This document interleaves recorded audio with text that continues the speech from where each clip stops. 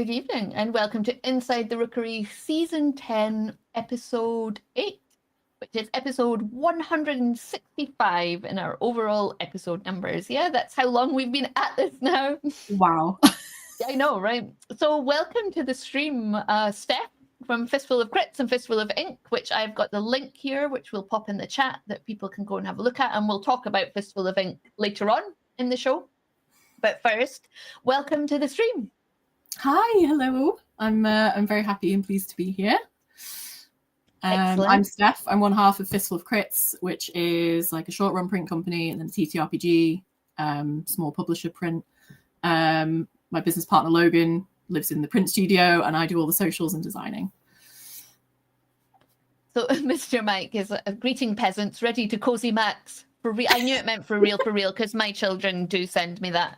I'm not very good with acronyms, so every now and then someone has to explain an acronym in the chat. But actually, Mark McGranahan was here first tonight. So hello, Mark. Hello, Mr. Mike. Hello, everybody else, and welcome to the stream. As always, we've had a whole load of questions pre-submitted on the Discord server by our patrons and lovely Discord community, and we will be throwing these at Steph, and she'll be answering them in her amazingly chirpy fashion.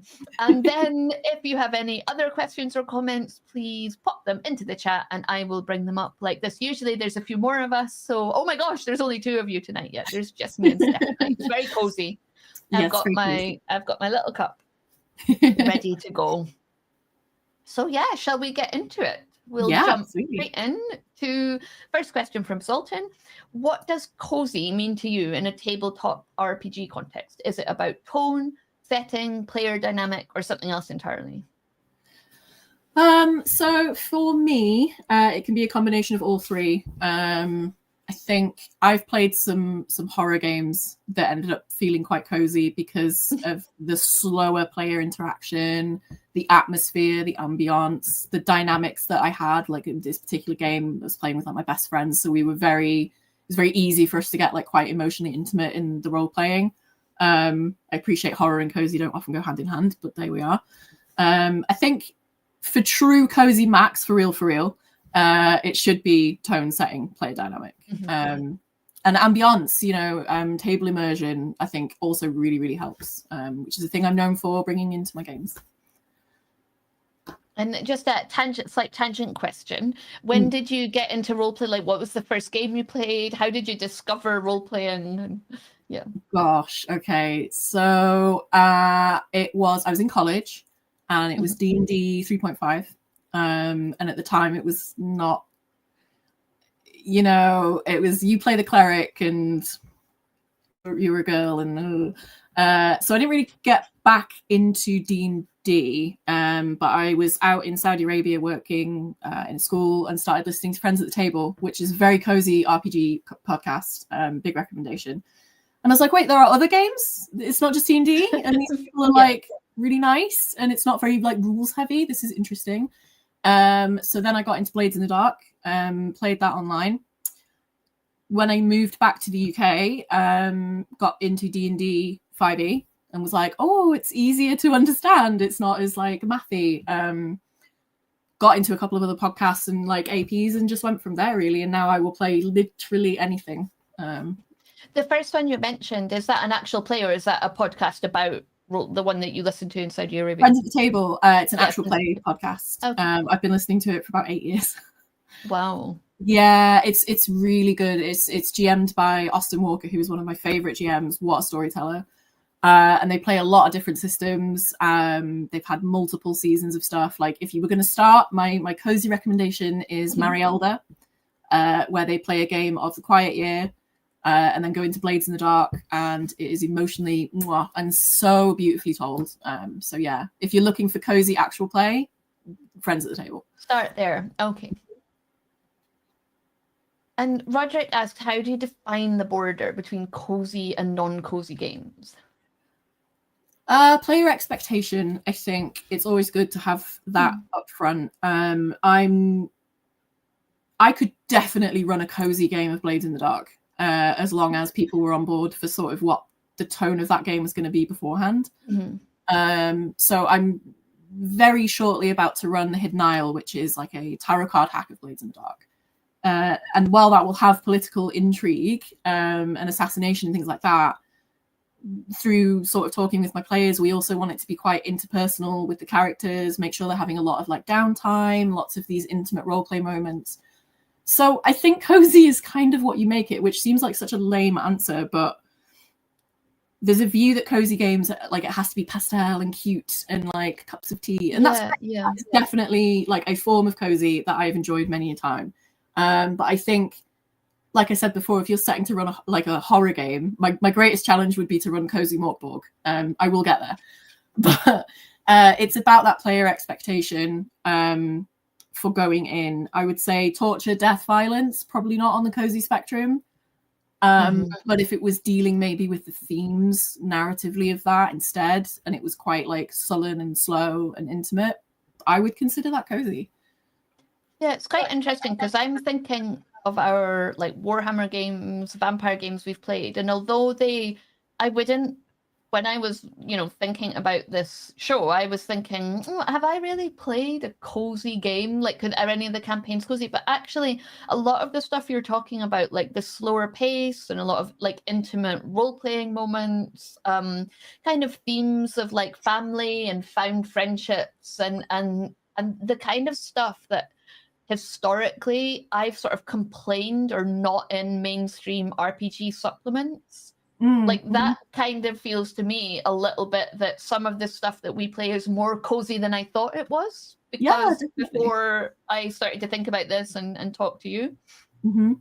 I noticed a massive shift in my mindset from when I was playing 3.5 to 5e, because 5e is still very mechanically heavy, but nowhere near as much as 3.5, so it gave a lot more time at the table, with the right GM, of course, for that narrative experience, so that you can really get into the meat of your character, not just the stats. Yeah, Mark says, and Mark, you'll need to give us some... I didn't know that cozy catastrophe is already a post-apocalyptic literary genre, so give us some examples and some recommendations. So you could probably get a Morkborg angle in there somewhere. So I've got the perfect one here. Okay, great. This is Wanderhome by J Dragon. Yeah, I've seen that. J Dragon is a genius of a designer, but also I think a lot of people will pick this up and go, "Oh, bunnies! It's so cute and cozy, and like, it's really beautiful artwork." It's post-apocalyptic, like it's post-war, and so it is about the slow moments of your characters going on a journey together and dealing with this trauma and what the land looks like. So, I played a game where we were walking through the snow to this town, and it ended up being like this whole thing about trying to get to where we were going and learning each of our scars and things like that. So post-apocalyptic and cozy, actually, I absolutely agree with you, Mark, can go very hand in hand. Wanderhome is the best example of that for me. Yeah, I also feel a little bit like sometimes when you think about post-apocalyptic landscapes and social interactions, some of the way that that's portrayed is often almost like a rural idyll, like harking back to times that were like smaller, less complicated, no social media in your face, personal interactions between far distance homesteads. And there's just something that feels a little bit cozy about that.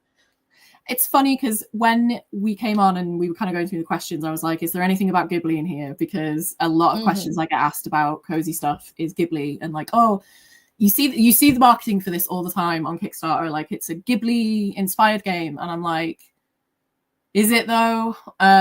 Because a lot of these games, Ghibli deals very heavily with like loss and environmentalism and war and trauma. It isn't just cottagecore, which I think is the label that people slap on rural stuff and go, it's Ghibli-esque cottagecore, whack. I love cottagecore, don't get me wrong. But I think there is, in cozy stories, there has to be that space to explore other things within the cozy label that definitely exist and can be there. It's about like emotional intimacy, I think. Yeah, and I wouldn't have jumped to Ghibli simply because for me, Ghibli doesn't feel cozy. It feels like haunting and threatening, and actually those like quite scary sometimes, I think. Yeah. My first Ghibli movie, I was 9, and my dad was like, I found this cartoon, we'll watch it together. It was Princess Mononoke. Which, you know, one of my favorite films. But would I call that film cozy? No. Arietti, would I call that cozy? No, because again, it's dealing with this sort of like tense balance. You know, it's all these sorts of things, really. Yeah. The Ghibli conversation is always very interesting, I think. Yeah. Mark says John Wyndham's work is the origin of the term. Brian Aldiss coined it as a description of it, I think. And 101 Colonel has joined us. Hello. Cozy catastrophe. Your family turns into zombies, but still acts like they're normal. Yes, exactly. It's weird. I've seen an advert on Instagram for this game. It's a zombie game, but all the visuals are like 2D, and it's like some girl in a bed on a caravan, and everything looks really cozy. And then just outside the window, a zombie will like splat, and I'm like, huh, okay, this is my whole like. You have found me. This is my exact merge of themes here that I really like. So, in terms of your work, we met at Tabletop Scotland, didn't we? And I just like my eye was caught. I was going around the stalls, and as you go around the stalls, your eye gets caught by different things. And Steph, your stall was sort of like a corner, wasn't it? And yeah. So there was some stuff on one side and some on the other, and different things that caught my eye. And in the end, I bought some really nice little stickers that you'd printed to give to my husband Andy, because he was recovering from the dentist, and it was a lovely day. But Zoltan asks about your work. What's one design choice, layout, illustration, language that helps reinforce a cozy feeling in your game books or zines? But before Steph says that, I should say I tried to buy those stickers and she actually gave them to me for free, so she was very generous. Well, really we've had a good chat. And the benefits of running a short print company is our overheads on print are very small, so I can do that. But yeah. So my design work. So I am most known for Toe Beans, which is a cozy magical cat cafe for your D&D world. So for me, I think I didn't set out to be like, I'm going to make a cozy game. I am very one-track minded in that I will get an idea in my head and go, I will make this thing. And that often means that my work is very, very different. And so from a design perspective, it's kind of just my mood at the time. I would say for me, I come from an art background, graphic novels and illustration, and then kind of went into design. So I like to merge those two things. And that means like big block, bold, cutesy colors. A lot of my modules, they tie in together. I like cute art, easy to read text, really open layout. I think that just helps the reader manifest the stuff. One thing that I really hate, I have all the books on my shelf, but I don't run D&D modules, because I hate when somebody, like a player, will be like, I do this thing, what happens now? And I have to be like, okay, this. So the way that I write is very loose and open-ended. I want to trust whoever is running the game that they are going to bring their own voice to the table of the writing. And I think particularly with cozy games, you want to leave that space at the narrative table for the GM. So a lot of my stuff is very easy to convert to other systems. We've had somebody left a review the other day to say that they'd ran Toe Beans in an Ironsworn campaign. And I was like, pop off, babe. I'm like... But I think, leaving it open and airy and with lots of narrative flavor really helps when you're writing cozy games. I'm currently converting Toe Beans to Daggerheart and having such a good time, because that system is so set up for that kind of like whimsical open framing. So that's me. Obviously, I do a lot of different stuff. Like my newest game is, I don't know where I'm going to put it on the table because it's like dripping horror. But, you just do what you love, find your passion, and it will come across in the way that you present it, I think. Are you allowed to tell us what it's called, and you wonder, is that still under wraps? No, I have it here. I will grab it. So we ran a Kickstarter for it. It's called Calpini. It is for Chris Bissett's OSR, a dungeon game, also compatible with Morkborg, because I love Morkborg. And it's cannibal, moth-eating princess vampires, like religious themes. Where this sits next to this, I couldn't tell you. But, just make what you like, I guess. Yeah, no, absolutely. That's the way to go.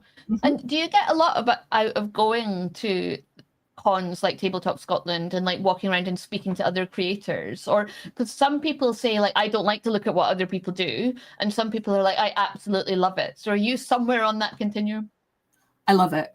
I love this community. I came out of like an Artist Alley background where that sense of community, I won't say it's not there, but it's very insular and it's very cliquey and it's very like, no, I won't tell you my supplier. And so it took me a while to find my feet in the TTRPG community. And as soon as I came in, everyone was super, super lovely. There's this phrase that gets sort of parceled around, which is a rising tide lifts all boats. So I'm super invested in the work of my colleagues, my friends, people that I haven't met yet. A lot of like what I buy, there's this whole thing like you buy too many TTRPG, you'll never like run them all. And I'm like, no, but I might read them all. So much of what I've bought is inspiration, or just because it looked really interesting. And I really particularly love when people get weird and experimental. And it's not just like, for example, like the same Morkborg module that's in some kind of CMYK format. So no, I absolutely adore conventions. I love seeing people's new work. I think it's really important. Like you have to have this sense of community in what is already a very niche hobby. And so going in like, I don't want to look at anybody else's work. It's like, well, you won't grow as a person or an artist or a creator. And like even just chatting with you and you were like, come on the show, and it was like, oh, okay, cool, great. I don't know what I'll yap about, but like, sure, why not? Yeah, and when we started Inside the Rookery, that was the idea. And we would get people on and we'd be like, right, give us your Kickstarter and tell us your links and what do you want us to ask about? And they would be a bit like, what, you're just like helping us with that? And I'm like, well, yeah, because it is a niche hobby, and you know, we're making stuff and we're part, you know, through that journey, but it doesn't take away from other people. Like, no, you know, no. you kind of, so that was the idea behind why we started Inside the Rookery, was just to, you know, shine a spotlight on a hobby, an industry that we really love, and get interesting people on. And every time I go to a con, I meet loads of new people like you, and we've got a whole load of people coming on this season who I've never met before. I'm really excited about, like Stu Goff's coming on to talk about Aegean RPG, which I'm so excited about. But then there's a whole load of people. Like I am that man's biggest fan. I have all of the Aegean stuff. Yeah, well, I'm into like Greek mythology, and actually last year at Tabletop Scotland, I was like, wait, what is this? Like, I'm just gonna drop 80 quid and get everything. I will definitely be turning up for that episode. Oh, brilliant. Yeah, that was me. I just stopped and I was like, wait, because my first like introduction to myth and to sort of just like thinking about things that aren't our world now was all my mum had like the Larousse encyclopedia of mythology, and it like every single culture. It's probably really dated now. She actually gave it to me a few years ago because she's like, I'm getting rid of stuff in my house, and I was like, I'll have it. And I just used to like read that just like it was a novel, and just so I loved Greek mythology so I was so excited to see his stuff, and really excited for him to come on, because we're going to be talking about the writing challenge of the mix that he's got of history and myth, and the combination of periods and stuff. So yeah, I'm very excited for that. Scotland was great. Yes, do come and what come a and watch this. designer. Yeah. Okay, so next question for you. John Pick asks, what's the best way to introduce players to a more cozy style game? And then we will get to that question in the comment, Mr. Mike. Don't worry, I see it there. Again, I think you have to assess what your group want. So if they want a high stakes kind of like heisty game, go and research kind of like away from like something like Blades, perhaps. If they want something that's like quite comedy or bantery, then you need to set that expectation. If they want something that's like quite slow paced, meaningful, or even sad. So like a couple of games are coming to mind. So like Alice is Missing, which you play entirely on your phone, and you all embody different characters trying to find this missing girl. I would count that as a cozy game because it's very intimate. I've got a game here called The Quiet Year, which is played with cards, and you are basically helping a city kind of build community after the collapse of civilization. Again, post-apocalyptic. But that's very cozy because you become very emotionally invested in the tools and what you're doing and the people in your town. I think if I was trying to pitch a game to my players, I would be like, this is what it is. This is what we could do. What are your thoughts? It's with pitching new games and systems, it's always good to have a sit down and explain the system well enough that you know it, and then see what the feedback is, really, because Cosy can embody so many different kinds of games. You just got to see what people will buy into. So, Mr. Mike, as the people who know Horus Heresy aren't here, so I pre-briefed Steph about the Horus Heresy. I'm not sorry, but I need to be polite in a Cozy Maxing stream. But on a scale of Cos to why is the Horus Heresy the best setting for Cozy Maxing for real, for real? So, I've had a thought about this. So I've left this for a few minutes so I could percolate it in my brain. And I actually think, so I was explaining to Steffi, you know, it's set a long time before 40k. And so actually for the Space Marines of 40k, for the young scouts who are coming into the Space Marine chapters in the future, I actually think the stories that their older Space Marines could tell them about the Horus Heresy time would actually be quite a cozy thing that you could run in 40k and sort of have almost like a Boy Scout Space Marine camp. Oh, do they get little badges for their suits? Yeah, I think they get little badges for their suits. That's so cute. That's I think that's the only way we can shoehorn Horus Heresy into a cozy game. So yeah. Well, 101 Colonel says I know Horus Heresy. So yeah, pop in the chat why you think Horus Heresy is Cozy Max. For real, for real. For real, yeah. Grey Lotus says, good afternoon, everyone. Enjoying the stream, and I'm so thankful for the channel. I feel inspired every episode. Oh, thank you so much. Yeah, technically they do get badges, skulls and stuff. So yeah, I'm going to treat them Cozy Horus Heresy, treat them as a bunch of Boy Scouts, and help them become the men they're going to be in the service of the Empire. You could run a little Space Marines camp, get them to do activities. Yeah, just stay out of the woods because there's probably Tyranids in there. We wouldn't want them to become the Lost Patrol. No. Okay, so Zoltan asks, do you think cozy gaming is more about what you include, like ritual slice of life moments, or about what you leave out, like violence and high stakes? Yes, and also no. So a while back I played, I can't remember what the game system is. Basically, I think it might have been D&D. And there was a really, really intense like battle, and then afterwards they went through this like ritual of like sorting and preparing the dead, but it ended up being really quite cozy and a bit weird because they were like taking on aspects of the ghosts and then performing like their last rites, and they all got very like emotionally invested in it, and I was like, I was just going to throw this battle at you and then you go do something else. But like they were super, super invested in the fact that all this violence had occurred. And then they were like, we're going to respectfully dig these graves. And we're going to sing hymns. And I was like, okay.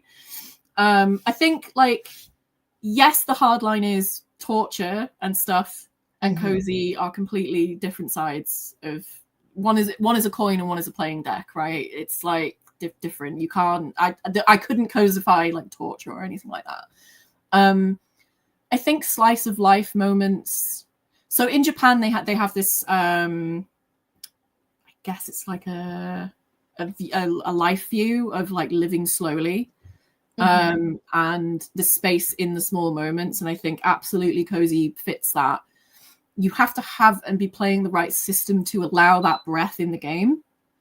Wander Home does it beautifully. So does Yezaba's Bed and Breakfast, which is another J Dragon game. But yeah, I think it's more what your players will lean into and give their emotional heart to is what makes that cozy. Giving your emotional heart over to violence and like high stakes, no, not really. Like high stakes can be done in a cozy way. Like I run a 5-year D&D campaign with political intrigue, and they've just sort of faced Kellenvor and all this stuff, and then I know that they're going to go back to camp and have a cozy tea party, and it's, you know, a balance. But yeah, I would say it depends on like the expectations again. I think a little bit about cozy gaming for me is also about what you do as a player at the table, but also to build your character's story. So I've Yes. got, for our actual play, Lawhammer, on a Friday night, my character's got I always tend to keep journals, and some people just take notes that are out of character, but I've got some that are in character, and I'm getting her to document like the flora and fauna she comes across. Like she's got a girlfriend, and her girlfriend has a kitten, so she's drawn a picture of Katerina's kitten and been like, I really miss Katerina. Like, so that kind of the way you document your player's journey, I think, can also really add to that cozy vibe. Mm-hmm. I would say it's a level of cozy gaming, particularly in a group setting, is the emotional vulnerability and like letting go of the fear of cringe as well, because this is a thing I've noticed. My 5-year group, like, we're all best friends. We've been playing this campaign for a really long time, and so they have no qualms about being very open and emotional. They've cried in front of each other. They've had heated discussions. I would consider that a very cozy atmosphere, because we're sitting down together under the social contract of we are our characters now. And it's letting go of that fear of being like judged for being cringe. Like, I get super into the acting of all of these NPCs, and really I love embodying them for them. You talk about journals. I've just finished a 6-month project of making my BBEG Evil Wizard spellbook. Nice. The actual thing for them in watercolor and ink and pen. And I put it down on the table and was like, here's Ruth's spellbook. And they were like, what? But I love them so much, and they give me such a healthy creative outlet to do these things, and then it's welcomed. So I've like completely let go of my fear of being too much and too cringe, and I'm like, here's this spellbook that I've been working on for 6 months. That's cozy. They were in the middle of like a death temple at the time, but like, here's the spellbook. Yeah, here it is. That's brilliant. So it's maybe a 40k, a nice cozy gene stealer cult would be a good option. 101 Colonel says, can't imagine Horus Heresy as cozy galactic civil war with big evil gods and primarchs. I agree, but I think before the civil war explodes, I think it could be quite cozy. Like, they're going round, gathering all their brothers up. They've been scattered all over the galaxy. There's got to be like small suppers and stuff, right? Yeah, exactly. Yeah. Gene stealer cults around a bonfire telling stories of the four-armed emperor and how much he loves them.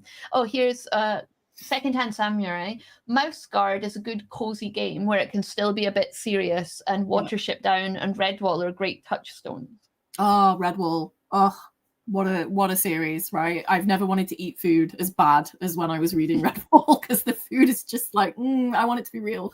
That's so true though, because like Mouse Guard, if I'm remembering the system, it's Burning Wheel, possibly.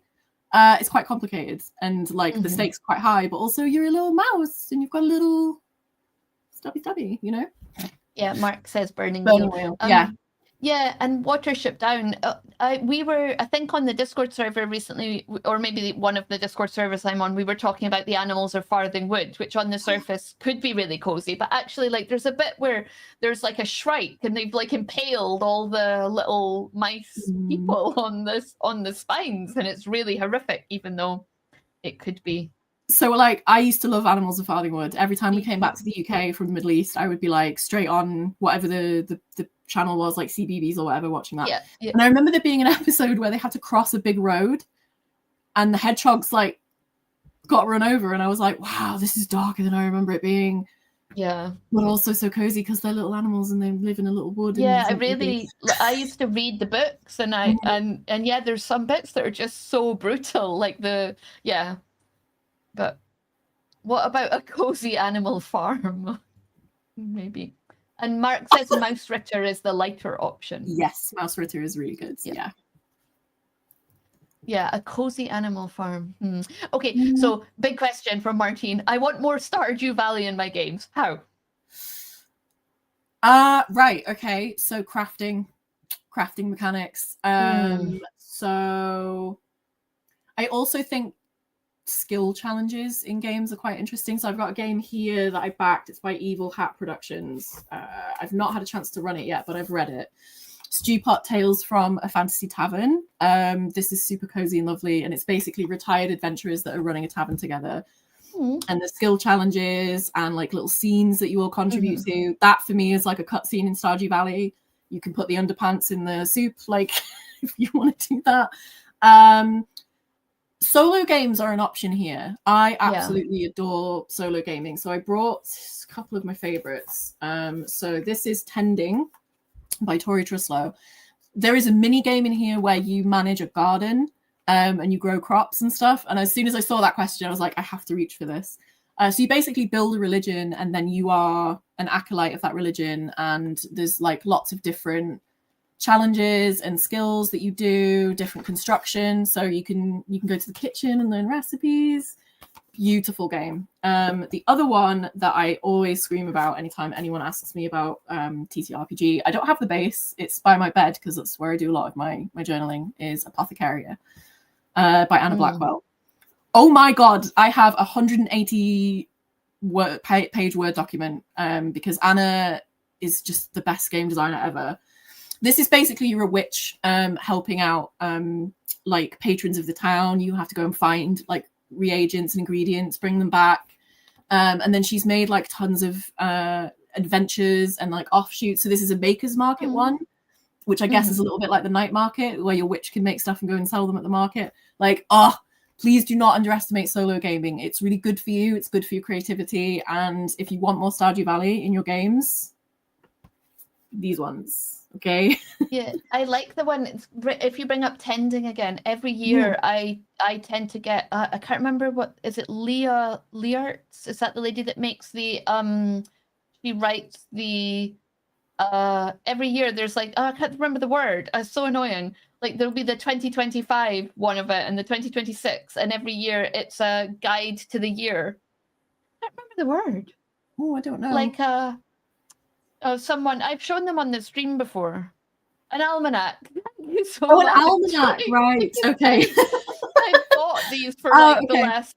Ever since she started doing them, I've bought them and I just couldn't remember the name. But it's got a really similar vibe to the Tending one. And every year she does a different, so it'll be a guide to the year, but she'll pick a different theme. So it could be like folk songs one year, or it could be like a different kind of, I don't know, folk story the next year. And that gives the same kind of, really, really nice. And I've often wondered, like, I would quite like to do a solo game, to write one that was like that was like a journey through a year, through the seasons. I think it would be really cozy. Anna has, I don't think it's released in print form yet, but she's done one for Apothecaria, which is Story of Seasons. So you play through a year. Nice. But yeah, gorgeous. I'll have to check that out. I've got a couple of solo ones that I've got sitting that I've got at cons and things that I just haven't got around to playing yet, that are like journaling ones. I've got one that you play with like tarot with cards, and it's the journey of a sorceress, which I'm looking forward to. Okay, so next question. So Zoltan asks, how do you design characters or NPCs that invite players to slow down and connect rather than push forward toward conflict or goal?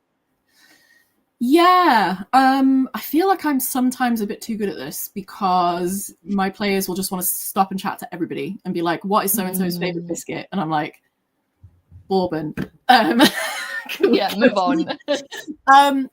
So it's how you embody the character. I love to play assholes, right? And it's like I know which of my players will really hook into that and will engage like sort of back and forth with that. They'll develop a relationship. I would say, so when I'm writing NPCs, I need them to actually feel real before I present them to the players. I think that's really important. You know, improv is good and I love improv, but you can't just magic up something and then immediately expect players to connect when you don't even know who that character is. Yeah. So I think like having a good few like archetypes in your head that you can apply. So one of the favorite NPCs that I've written that everyone loves is Mara from Toe Beans. Mara is a burned out wizard who went, fuck this shit, I'm going to go and run a cafe and be a warlock instead, because magic is hard actually, and I would just like to make coffee. Mara I have written to be quite stern, but like quiet, and it takes a little bit of time before he'll open up to you. And so it's like encouraging that interaction. What I've noticed in games sometimes when I'm a player is if I'm talking to an NPC and they're immediately an asshole to me, I'm like, I don't really have a buy-in here. Yeah. So it's giving them that air of mystery because you know who they are before you present them. I've had people say that like that players have gone on to like romance Mara, and I'm like, that's really sweet. Because you can put him at the table and use him however you like, but I think knowing who that character is integral for asking your players to buy into them. Because why would you otherwise? Do you like to hear the stories of of how your NPCs have developed in lots of different people's games? I always think that's really sweet when you've written an NPC and you find out, and like in one they've like really flourished, or in another something's happened to them. But it's almost like there's a multiverse of possibilities for all your NPCs because people are playing them. I had somebody come up to me at UKGE and say they really love Toe Beans. They played it multiple times. Their players now, instead of going to the tavern, they go to Toe Beans. And they said, "Oh, but I headcanoned Mara as trans. Is that okay?" And I was like, "What do you mean? Of course it's okay." Yeah, why would you even ask me? You can do whatever you like. Do with him like as you like. But that's so cool. Like, tell me more about trans Mara. I've written an NPC for my new one, Royal Sending Service, Cordelia, who's meant to be like this sort of chipper little goblin. That just wants to deliver mail and chat to people, and people, oh my god, she's so cute, but she's so tiresome to roleplay because she's so like I was like, you don't have to roleplay like that. Like, just because I've written something, you don't have to go with it. So it'd be interesting to see if anybody kind of runs Cordelia and how they cope with that. But yeah, maybe Cordelia like starts chipper and just starts to get a little bit more grumpy every time you encounter Cordelia. I mean, she's over delivering mail. Evil wizards trying to privatize the mail service, like you can't be super against that. Weather is a thing when you're a postal worker, Maybe she's going to start a union. She's going to unionize the postal worker. She's going to become like an agitator. It's funny because I wrote the Royal Sending Service because I was listening back to Going Postal, which is one of my favorite Terry Pratchett books. And again, Terry Pratchett, Cosy, for real. And I was like, oh, Royal Mail have put their prices up. I'm really pissed off. I'm going to channel this into writing a thing. And I expected to then make a kind of Moist von Lipwig NPC, but Cordelia came out instead. And I was like, well, that's fine. That's what it calls for, I guess. But you can absolutely run it like that. You can, on itch, you can download a game called Galactic Postal Servitude that my daughter and some of her just as we're talking about postal services. So she's studying video games design and production. She was in a team over the summer. The game was already created, but she was brought on board and she's been doing the audio for it. But it's about humans working and for a galactic postal services. You have to stamp parcels and sort them. And it's got like really cute and cozy vibes, but it's actually, I mean, it is galactic postal servitude. You are in the service capitalism. It's capitalism again. Capitalism. So yeah, I'm hoping they'll get it on Steam soon. So yeah, watch out for that. I would love to play that. It's Riverboat Games. They just, bless them, they just streamed it to support a charity that's helps people with inclusive design, and they're a great little team. So well done to Riverboat Games. Oh, please, I think they've made their share that with me. I would love to. I will do. I'll need to find it. Right, next, let me get the next question while I do that. So Roderick says, while humor is an important part of leavening, neither of us could say this in our pre-chat, could we? A horror game and providing contrast, can cozy vibes be used in the same way? Yeah. So I am infamously known for very dark themes that then give way to lighter tone stuff, because I think that's where you find the meat of the story that you're trying to tell. For me, like emotional availability, like it can be quite draining, it can be quite tough, which is why safety tools always, even with cozy games, because you just never know.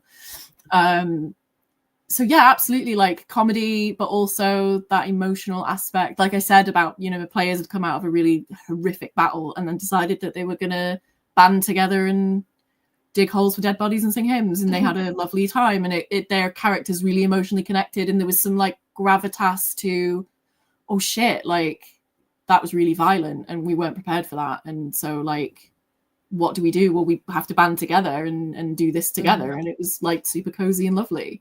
So yeah, absolutely. I think you can use humor as a tool. Not too often, because I think sometimes that takes away from the message of the darker theme. It makes it not as underlined, right? Like, whereas I feel bringing in that sort of slower, more emotional tone really helps underline it. Yeah, I do think sometimes that, you know, emotion and loss, those things they can feel really uncomfortable at the table, and sometimes people can bring humor in a way that they wouldn't if it was a real world situation, because you just sort of feel uncomfortable as a player. So I think although humor is an important part of leveling a horror game, but sometimes you just don't want all the humor that people bring to the table. And so in that case, yeah, cozy vibes could be used as a really good substitute. Instead of humor, bring in something a little bit more caring. Yeah, like a thing that my players like to do with each other a lot is they will like emotionally check in with each other. Not even like who they are as players, I mean their characters. So they will be like, that was really tough, are you okay? And it will bring that downtime activity into like a closeness then, which I think is really nice. So yeah, I think in Lawhammer, in our actual play, we've really seen that develop as the characters have been together for longer and longer. And yeah, the characters sort of asking each other about like, oh, you know, that character did that, do you think they're okay? And having those conversations as friends would do about friends. Yeah, it's really sweet. And I think it also helps to bond you as a person, like being emotionally available to a friend that you are. We're all basically playing imagination games like we used to do when we were kids, right? That's cozy. That's taking you back to being at peace. This is getting like really deep, but like with your inner child, I went through some shit. I've connected so much better with who I was as a child through games, because it's a healthy medium of expressing these themes, and like I'm a much happier person for it. So yeah, absolutely. I think like at the end of the day, we are all just adults playing pretend, and it is the flavor of pretend that you are playing. Yeah, so here's so Mark says Brindlewood Bay makes that juxtaposition central to its whole premise. It does. And Secondhand Samurai says Terry Pratchett is the king of funny/cozy, is not the opposite of serious. I guess you can use all the colors of emotions in stories. Some stories just have a favorite color. Beautiful and so true. Yeah. Yeah, it's funny because Terry Pratchett is very overtly political in a lot of his books, and people are like, haha, cozy witches and funny little wizards, and like it's funny, and I'm like, it is, but then like the undertone of what is being said, I'm just finishing Weird Sisters again on one of my Audible things, and like that book is about sexism straight up, but he's wrapped it in this like lovely comedy, and like, oh, it's funny, and they're like going on little broomstick adventures, but sexism though. So, but sexism though. Sexism. Right, where did we get to? Okay. Can Zoltan asks, can a grim or melancholic setting still feel cozy? I think you have said that a couple of times, but if so, how do you strike that balance? So intense emotions, intense scenes have to have some kind of aftercare, and that is essential for me, right? Like I'm a massive proponent for safety tools at the table, because I've had experiences where I've not been expecting something to crop up and it has, and I've been like, oh my god, I actually can't deal with this. And so knowing that you are in that safety element of like, I need to X card, or I need to scene skip, or you know, whatever. But I think in terms of like a setting, it's vital that you have these big moments, but they absolutely have to be contrasted and framed with the smaller, quieter intercession moments. Because if everything is big, scary all the time, then you're just running a horror game, like, which is fine. Yeah. But then you've left no room for cozy. I think cozy and that like small framing and intimacy actually makes this bigger and better. So like I love dark, gloomy settings, but you know, you have to intersperse them with little bits of hope and little quiet moments of togetherness. Yeah. And you've given us quite a few examples of cozy RPGs, but is there anything like, does anything get an honorable mention that we haven't got to yet, or like show us some of your other ones again? Yes. Okay. So I will give a shout out to Badger and Coyote from Pandian Games. So this is a 2-player game where one of you plays as a badger, the other one as a coyote, and you go on little adventures, which is what they do in real life. It's a really easy to pick up and play game. You can have a lot of fun with 2 people doing this. In real life, badgers and coyotes are friends. Yeah, is they that what you're coexist. telling me? Yeah, they coexist.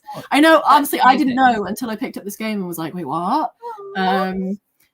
Dead cheap to get on itch. Pandian Games make a lot of really lovely cozy games. Andy has just sent me a copy of his new game called Midnight Muscadines, which is, it came about, so there's like this thing in the community where it's like a game jam, and a couple of designers were like, but what if the game was about jam?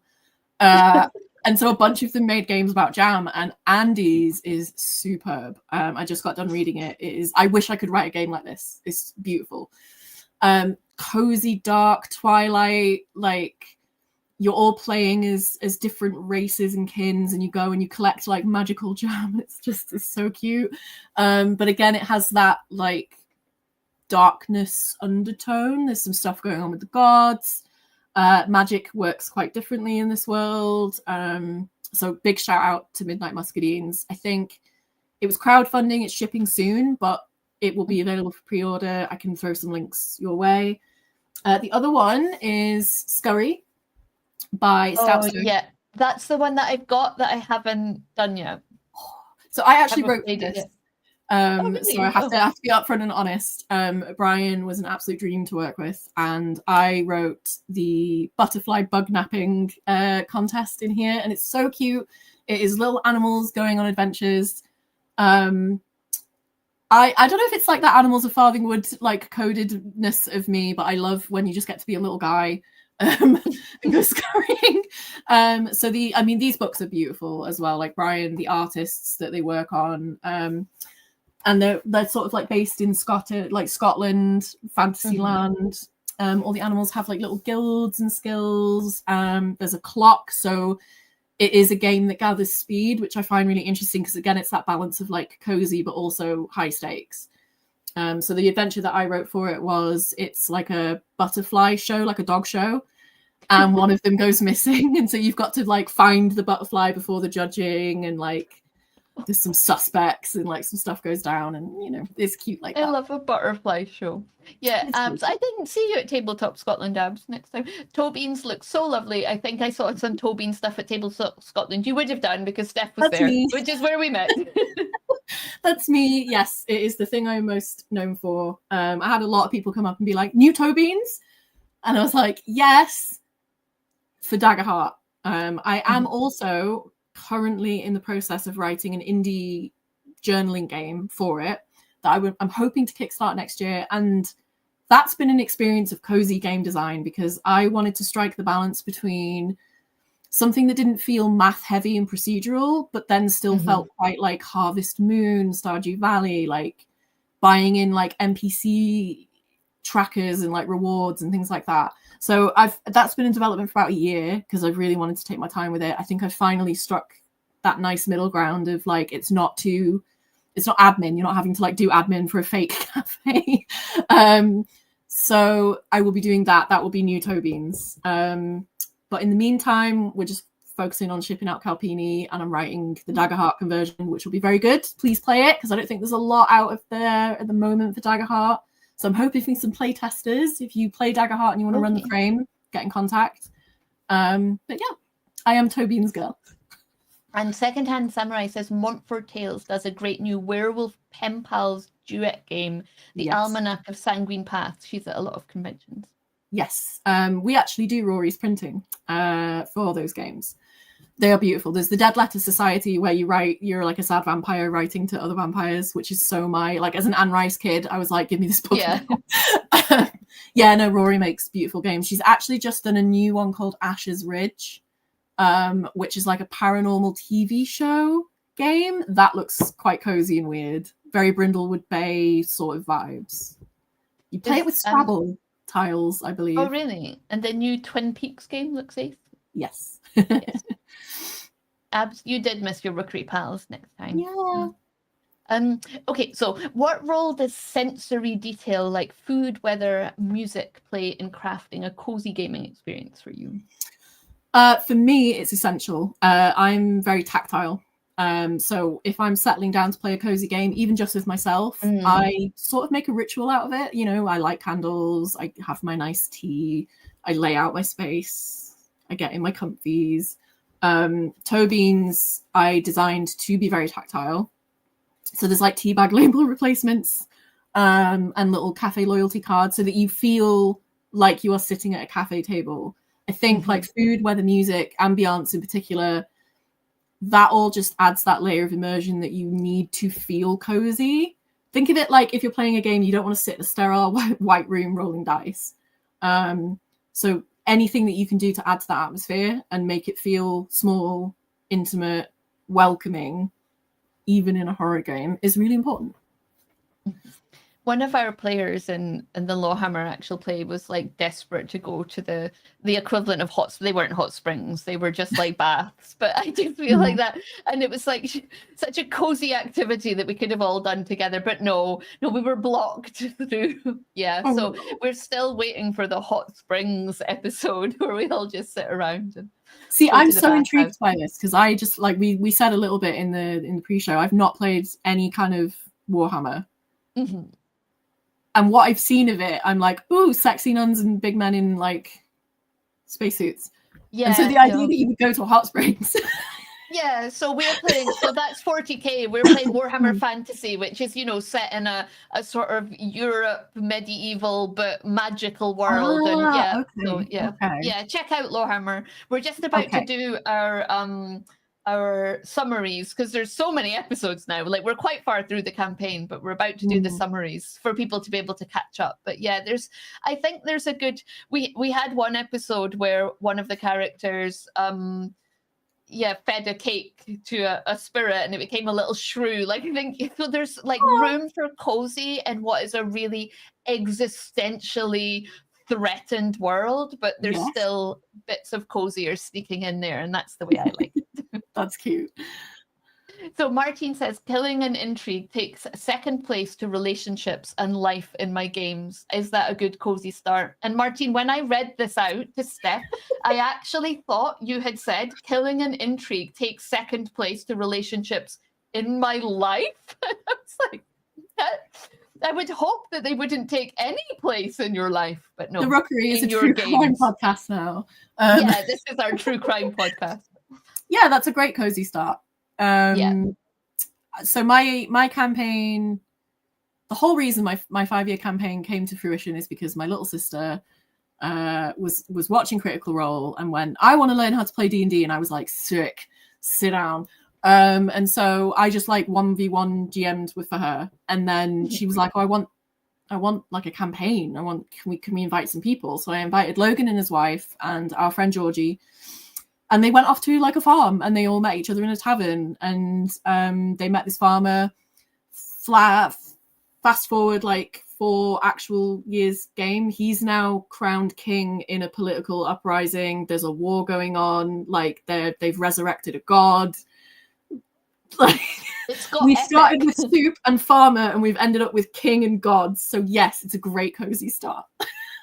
Yeah, although I'm not sure. Zoltan says, how do you keep a sense of wonder alive in a long campaign without resorting to epic scale drama? So what would be your advice there?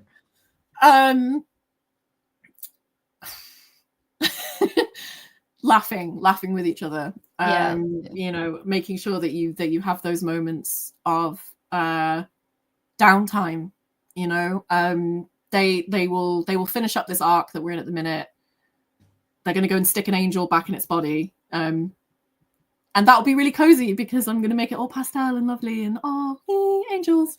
It's just the thing that I've learned through DMing a lot of campaigns is if your speed is constantly big threat, they just burn out. You can't get them to pay attention. Like Action movies do this for me. I zone out because just everything is exploding all the time and everything is very loud, and I don't really care about any of it. To keep a campaign alive long term, you've got to get the players to invest in the things that knit that epic scale drama together. The character, the farmer that they met that is now king, Elia, they loved him. Like, one of them was like his best friend and then like betrayed him, and then he had to like go through this big ritual sacrifice, and now he's the king, and they're like dealing with, oh my god, he's so different and what have we done, but it needed to be done. And like then they had a beautiful downtime moment where they sat with him on the floor and ate oranges and talked through their favorite memories, and it kind of brought him back from the brink of despair because his friends were still his friends. And like, that's how you get a campaign to keep going, is you give them that space to connect with the NPCs, with the world, with the scale of the epic drama. Because sometimes I think if you just paint a massive picture and go engage with it, they won't. They need to be part of the sketching process.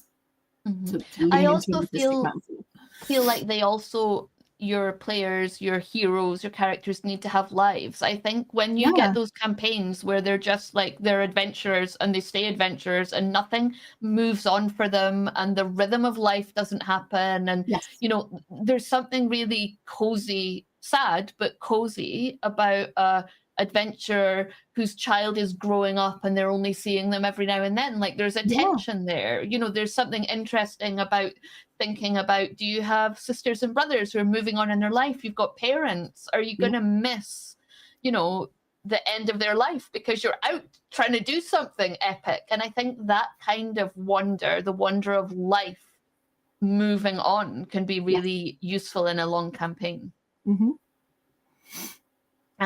Secondhand Samurai says, RPGs have taught me that it's okay to cry about imaginary people that people outside your group will never know about. The little things seem to count the most 5 years after a campaign has finished. So true. It's so true. Yeah.